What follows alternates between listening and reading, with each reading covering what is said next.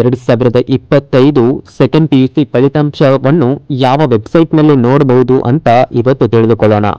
ಸ್ನೇಹಿತರೆ, ನಿಮ್ಮ ಫೋನ್ ಅಥವಾ ಲ್ಯಾಪ್ಟಾಪ್ನಲ್ಲಿ ಯಾವುದೇ ಬ್ರೌಸರ್ ಅನ್ನು ಓಪನ್ ಮಾಡಿ ಇಲ್ಲಿ ಸ್ಕ್ರೀನ್ ಮೇಲೆ ಕಾಣಿಸ್ತಾ ಇರುವಂತಹ ಒಂದು ವೆಬ್ಸೈಟ್ಗೆ ಹೋಗಬೇಕು ಅಥವಾ ಡಿಸ್ಕ್ರಿಪ್ಷನ್ಲಿ ಅದರ ಲಿಂಕನ್ನು ಕೂಡ ಕೊಟ್ಟಿರ್ತೀನಿ.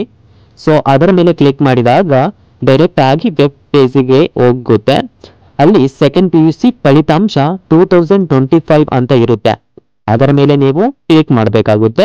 ಅದನ್ನು ಕ್ಲಿಕ್ ಮಾಡಿದ ನಂತರ ನಿಮ್ಮ ನೋಂದಣಿ ಸಂಖ್ಯೆ ಮತ್ತು ಜನ್ಮ ದಿನಾಂಕವನ್ನು ಅಲ್ಲಿ ಎಂಟ್ರಿ ಮಾಡಬೇಕಾಗುತ್ತೆ.